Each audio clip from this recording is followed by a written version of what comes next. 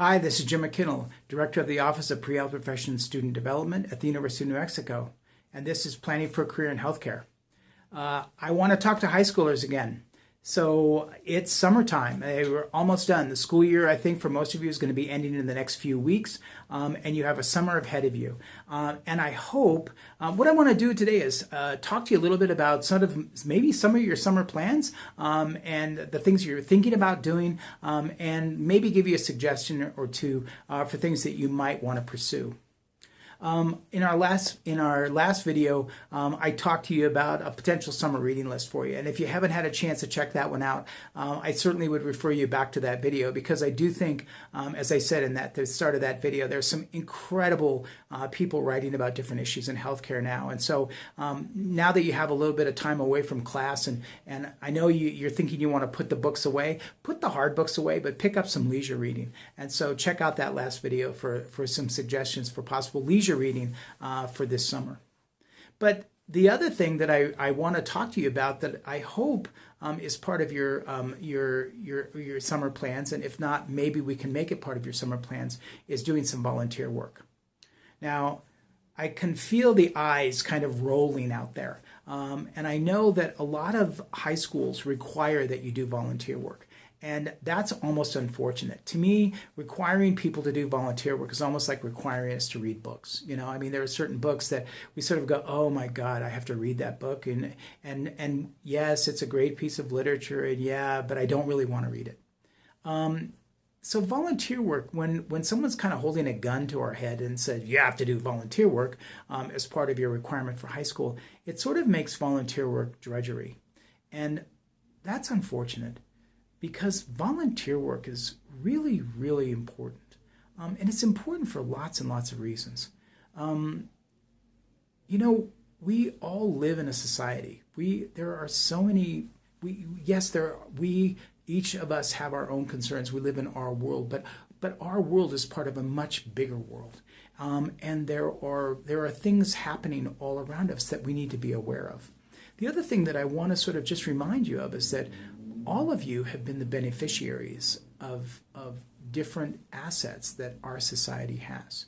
So if you're going to a public school, you're in a school that's provided for you by your society. If your house has electricity and running water, and you have a paved road in front of your house, those are all provided by the society that you live in. Right? So it's important to understand we take a lot from our society. We're given a lot from our society.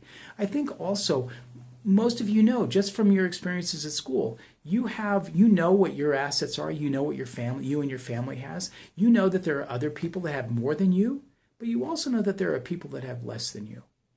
And I think the idea of doing volunteer work is recognizing that, you know, each of us as citizens has a responsibility to sort of give something back. If we've been the beneficiaries of the assets of our society, then I don't know, I think we have a responsibility to sort of give something back, to make a contribution. I have to say, that's not novel to me. That was a piece of, that was actually one sentence that my father said to me years ago that really resonated with me. He said simply, don't forget, you have to give something back. And volunteering is a way we can do that. Now, how do we keep it from being a drudgery? That's the hard part. Well, what I want to suggest is that all of you now, you're growing up, you're adults. And I think as adults, we now get to think about the things that matter to us, the things that we care about. And that's different for every one of us. You know, I personally care a lot about sort of the ability of children to read. That means a lot to me. And so if there was a volunteer opportunity for me to help 5-year-olds learn how to read, I would do that. Other people feel strongly about animals. And so, you know, there are animal shelters all over the place, different programs for rescuing animals, all that kind of stuff. And if that's something that you care about, then that's a way that you can get involved and give something back. You can volunteer at an animal shelter. If you like, if you love your grandma and grandpa and you see them sort of getting older and you realize how much they enjoy your company, and that's something that you like to do is hang out with them, then, there are lots of nursing homes where where elderly people are living, many of them without a lot of contact with their immediate families. And the opportunity to go in and sort of sit, be with someone, play cards with them, listen to music with them, just talk about what's going on, that is so meaningful to the people that you're doing that for. And if it's something that you value, then it also becomes meaningful for you.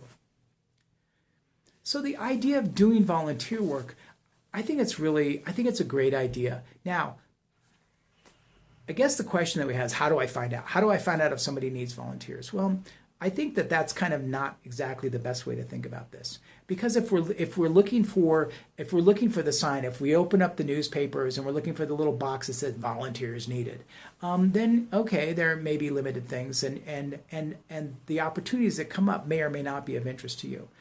I would suggest that you take a slightly different tack for that, and instead of looking for something, we're looking for the sign that says volunteers needed, I go back to what I said before, which is think about the things that mean something to you.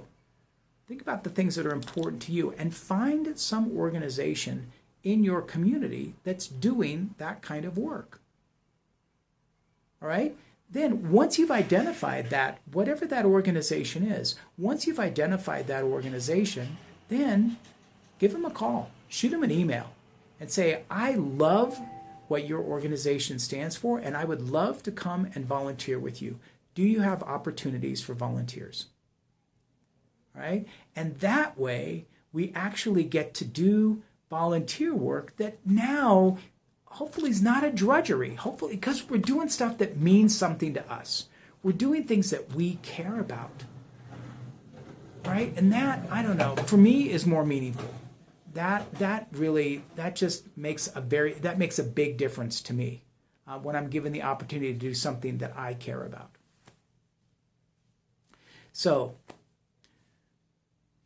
how do other people perceive your efforts at volunteer work? Oh, before I go there, let me sort of make one other suggestion.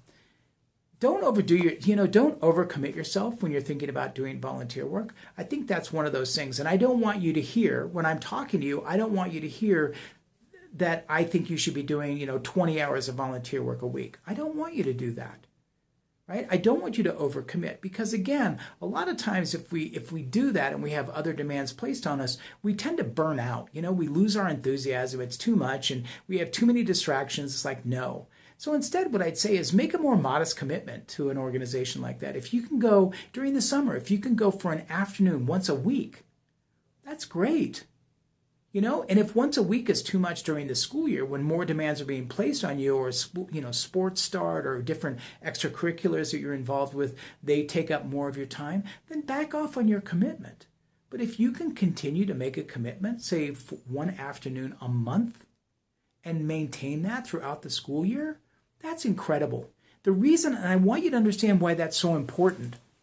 It's one thing for you to go and volunteer, say, do what I call a one-shot wonder. Go for a coat drive, or go for a blood drive, or go feed the homeless, Thanksgiving dinner, or I guess 4th of July dinner since it's summertime. And an organization is always very appreciative of those efforts. But to tell you the truth, it's like, okay, for the organization and their recognition of you, they don't know who you are, because they see you for 3 or 4 hours and they never see you again. And that's the case, unfortunately, I think, with a lot of volunteers, is that organizations see them once and then they never see them again. But if you turn up a second time, then, they're like, oh, you might surprise someone. Oh, you were here before. And they may say, oh, what'd you do last time? And you said whatever, and, I filed, or, I cleaned up or did that. And they'll say, oh, do that again. That was great. And again, I think that the expectations on the part of any organization is going to be pretty low that you're going to come back. When you show up the third time, now all of a sudden I think you're going to get people's attention. I think they're going to be interested in who you are and what you're capable of doing, and why do you keep coming back here? And when people at any organization recognize or understand that you really value the work that they're doing and want to be a part of that, now all of a sudden they look at you differently. Now they look at you as a real resource. You're going to be coming back again and again and again. And now there's the possibility that they're going to think about you differently. Oh man, we had Jack out there raking leaves. He's way smarter than that. We could have him doing this. All of a sudden, they're going to be more imaginative about ways that they might utilize you within their organization. So I think your volunteer experience has the potential for changing and morphing into something more challenging and more fulfilling than the initial experience you have when you first come to any organization to do volunteer work. When we put it in the context of applying for a health professions program, I think that what I want you to understand, what I want you to understand is that the idea of giving is really important. And health professions programs want to know, or they like to know, that you're okay with giving. Because healthcare, all of the healthcare professions are giving professions. You are going to be asked over the course of your professional career to do more things and to put in more time than you will ever be compensated for. And it's important to be okay with that. You need to sort of understand that's part of the job, and I'm all right. I like doing things. I like giving in that way. And doing volunteer work kind of gives you a chance to test the water. It gives you a chance to sort of really give it a try and commit and give away some of your time, which, by the way, I'm going to say right now, your time is the most valuable thing that you possess. And so when you decide to give it away, that's huge. That's a that's a big deal in my mind. And I want to talk a little bit more about that in a second. But when you go and you give that time, when you give that time, then you have the experience of, all right, I'm doing this, I'm getting no compensation back for it, I'm getting nothing in return except a sense of satisfaction. And having that experience and being okay with it, really embracing that, I think is really important. And I also think it's going to be really valuable for you when it comes time to talk to people about why you're interested in a career in healthcare. Right? And you can talk about the experiences you've had of giving and how much that has meant to you, the things that you've taken, even though it's not compensation, the things that you've taken away from it.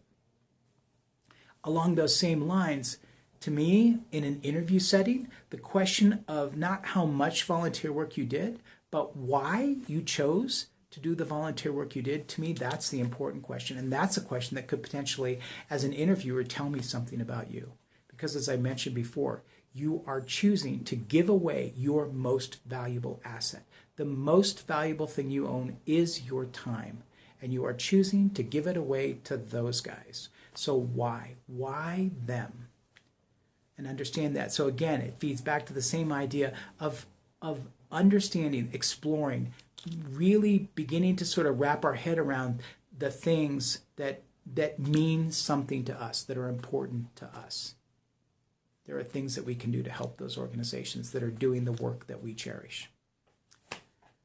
I think I'm going to wrap up. Thanks for tuning in, guys. This is Jim McKinnell, Director of the Office of Pre-Health Professions Student Development at the University of New Mexico. And this has been Planning for a Career in Healthcare. I'll see you next time.